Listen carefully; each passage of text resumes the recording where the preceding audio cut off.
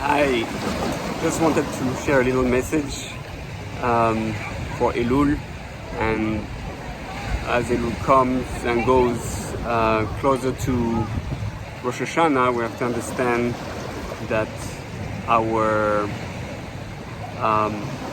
emotions and our thoughts have to try to, in a way, settle down, get balanced, but in the same time get excited about Rosh Hashana. We're trying to return to our true self. Teshuvah is I return and connect to my true self, to the part of myself that is the me, which is really the soul. You're not your body, you're your soul. There are different parts of the soul, but that's not what we'll discuss now. The idea is that you are a certain part of you that is unique, that's a unique purpose, and that has unique characteristic for which you're recognized for. And it's buried under a lot of things. It's buried under our body's desires, behavior, physical, and it's buried under our different emotional struggles, and really we have a special personality, unique personality that we have to discover and connect to, and grow into, find our own uniqueness, our own unique power.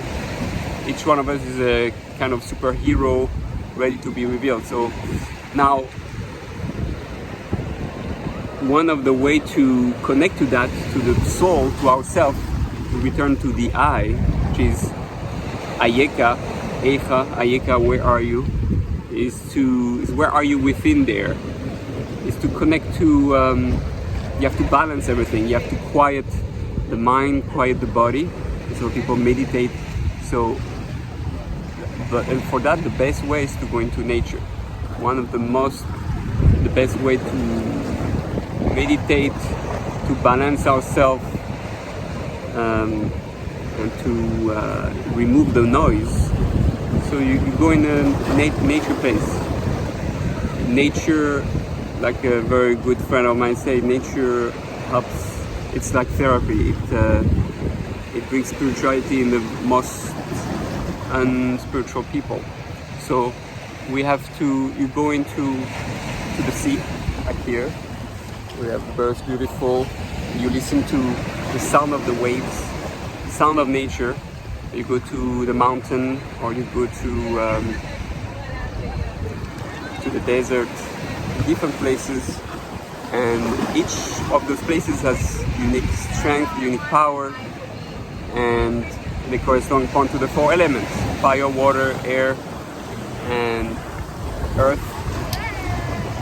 Each one are part of your body, each one is part of the universe.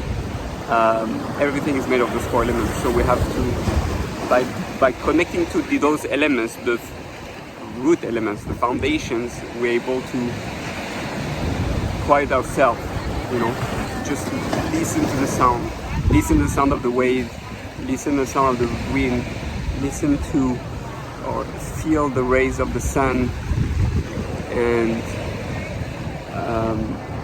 touch the sand or the earth, sit on the ground and connect to and try to feel the energy. Imagine that there is energy in one of those. You connect, try to feel the energy, and all those four elements are all part of you. They're all over in you, and you try to be at peace with it, like you're one with nature. Let yourself go completely neutral. I'm part of nature. I am the fire, I am the water, I am the wind, I am the air, and the earth. So try to integrate it, and when you're all at peace and quiet, try to feel what it is that you want the most, what it is that drives you the most in your life. What's your greatest desire? If you could have anything, physical, spiritual, emotional, what it is that you really, really, really want. And what do you think your greatest quality is, your greatest power. What's unique about you, that when you do it, you're the best at it. And that will give you like insight and strength. You may have to get ready for Rosh Hashana, connect to your spirituality, to your soul, and God willing, be able to do a true Teshuvah, a true return to yourself, to the core of who you are. That's really what it's all about. So use nature. There's a reason why God put us in a garden. There's a reason we're put in the place where there were no houses, there were no iron.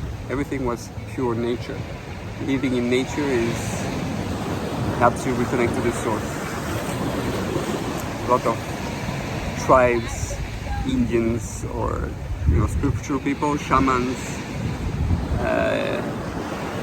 even like from the bad side, the dark side, the sorcerers and how we say, witches. It's always connected to nature.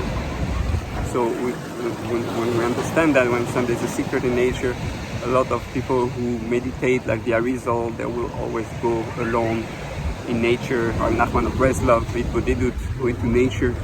We don't understand the power of it, especially people who live in the city or in an apartment or stay in the house the whole time. There's an energy in nature that we're supposed to connect to.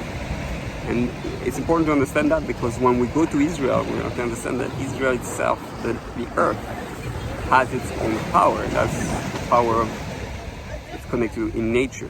Nature is earth, nature is female.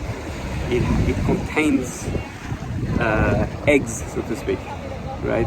And then if we connect to those eggs, then it can give birth to something very powerful. A woman can give birth to something, to a new soul. There's nothing more beautiful and more powerful than that. So the same thing in nature, and we have to appreciate that nature hides in it the deepest spiritual thing. When Moshe is going to come, that's what we're going to understand. We're going to connect to the nature, to the physical part of what exists in the world, and we're going to be able to take out the spiritual from it. Anyway, that was my message. I hope you can take advantage of it and try to put yourself back into nature a few hours, a few days before Rosh Hashana, and be able to do a true return, to return to yourself and return to God willing. All right, have an awesome return.